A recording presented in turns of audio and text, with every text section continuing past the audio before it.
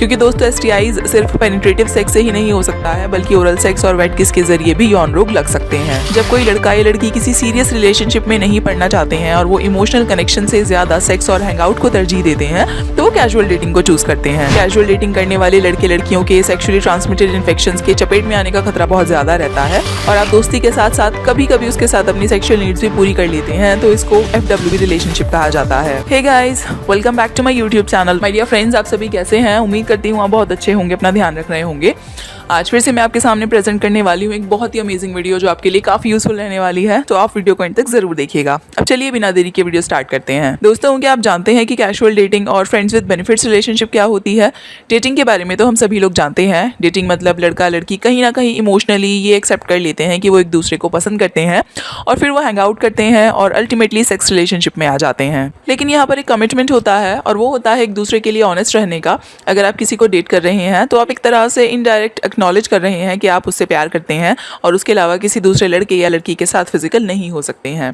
अगर आप ऐसा करते हैं तो ये चीट माना जाता है और आपका पार्टनर आपको डिसलॉयल करार दे देता है। अब बात आती है कैजुअल डेटिंग और फ्रेंड विद बेनिफिट्स की। सबसे पहले कैजुअल डेटिंग की बात करते हैं। जब कोई लड़का या लड़की किसी सीरियस रिलेशनशिप में नहीं पड़ना चाहते हैं और वो इमोशनल कनेक्शन से ज्यादा सेक्स और हैंगआउट को तरजीह देते हैं तो वो कैजुअल डेटिंग को चूज करते हैं। वो अपने कैजुअल डेटिंग पार्टनर से पहले ही डिस्क्लेम कर देता है कि वो कैजुअली डेट करेगा और वो दोनों इमोशनली और मोनोगैमस रिलेशनशिप में नहीं रहेंगे। मतलब वो पहले ही डिक्लेयर कर देगा कि वो हमेशा ही अपने पार्टनर के लिए अवेलेबल नहीं रह सकेगा और कई बार ऐसा भी हो सकता है कि वो मिलने से बिना किसी बहाने के साफ मना कर दे, या वो ये भी कह सकता है कि आज वो अपने किसी दूसरे सेक्स पार्टनर के साथ है।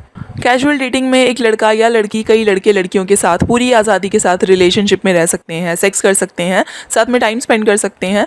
तो इस तरह कैजुअल डेटिंग का सबसे बड़ा एडवांटेज होता है कि आप फ्रीडम को एंजॉय करते हैं। सीरियस रिलेशनशिप में होने वाले कॉम्प्लिकेशंस की वजह से आपकी प्रोफेशनल या पर्सनल लाइफ अफेक्ट नहीं होती है और आप एक ही टाइम फ्रेम में कई लोगों को डेट करके सेक्स के अलग अलग फ्लेवर्स को एंजॉय कर सकते हैं। अब बात करते हैं FWB या फ्रेंड विद बेनिफिट्स वाली रिलेशनशिप के बारे में। जब आपका कोई खास दोस्त होता है जिस पर आपको काफ़ी ट्रस्ट होता है कि वो आपकी और अपनी रिलेशनशिप को किसी के सामने डिस्क्लोज नहीं करेगा और आप दोस्ती के साथ साथ कभी कभी उसके साथ अपनी सेक्सुअल नीड्स भी पूरी कर लेते हैं, तो इसको FWB रिलेशनशिप कहा जाता है। अक्सर हाई स्कूल कपल्स और कॉलेज कपल इस तरह की रिलेशनशिप में रहते हैं। ये रिलेशनशिप कैजुअल रिलेशनशिप से ज़्यादा इंटीमेट होती है, लेकिन इसमें भी फ्रीडम रहती है क्योंकि आपका दोस्त आपको इस बात के लिए ब्लेम नहीं कर सकता है कि आप किसी दूसरे इंडिविजुअल को डेट कर रहे हैं या किसी और के साथ सेक्स कर रहे हैं। हाँ, ये बात अलग है कि FWB रिलेशनशिप के सीरियस रिलेशनशिप में बदलने के चांसेस काफ़ी ज़्यादा रहते हैं क्योंकि डेफिनेटली एक करीबी दोस्त आपके लिए बहुत खास होता है और पॉसिबल है कि आगे चलकर आप या वो या फिर दोनों ही ये सोचने लग जाएं कि वो एक दूसरे के बिना नहीं रह सकते हैं या फिर वो आपको किसी दूसरे के साथ डेट करते हुए देखना टॉलरेट नहीं कर सकते हैं। सो इस तरह FWB रिलेशनशिप में रिस्क यही रहता है कि ये एक सीरियस रिलेशनशिप का रूप धारण कर सकती है, जबकि कैजुअल डेटिंग में इसके चांसेस काफ़ी कम रहते हैं। कैजुअल डेटिंग में इमोशनल कनेक्शन सबसे वीक होता है और डेटिंग का पर्पस मेनली सेक्सुअल नीड्स पूरी करना होता है, जबकि FWB रिलेशनशिप में लोग सेक्सुअल नीड्स के साथ साथ अपनी प्रॉब्लम्स भी डिस्कस करते हैं और एक दूसरे की हेल्प करने की स्पिरिट भी उनमें कहीं ना कहीं रहती है। गाइस, कैजुअल डेटिंग में जहां एक तरफ मल्टीपल सेक्स पार्टनर्स और फ्रीडम का एडवांटेज होता है, वहीं दूसरी तरफ कई रिस्क भी होते हैं। जैसे कि कैजुअल डेटिंग करने वाले लड़के लड़कियों के सेक्सुअली ट्रांसमिटेड इन्फेक्शंस के चपेट में आने का खतरा बहुत ज़्यादा रहता है।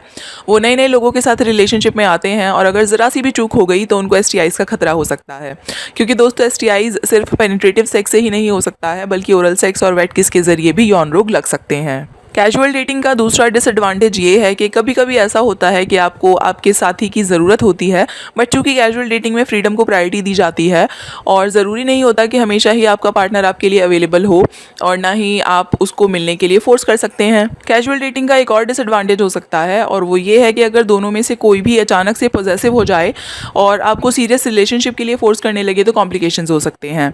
ओवरऑल मैं यही कहूँगी कि सबके अपने प्रेफरेंसेस होते हैं और कुछ लोग फ्रीडम के साथ रहकर किसी एक साथी के साथ बाउंड नहीं होना चाहते हैं तो वो कैजुअल डेटिंग को प्रेफर करते हैं।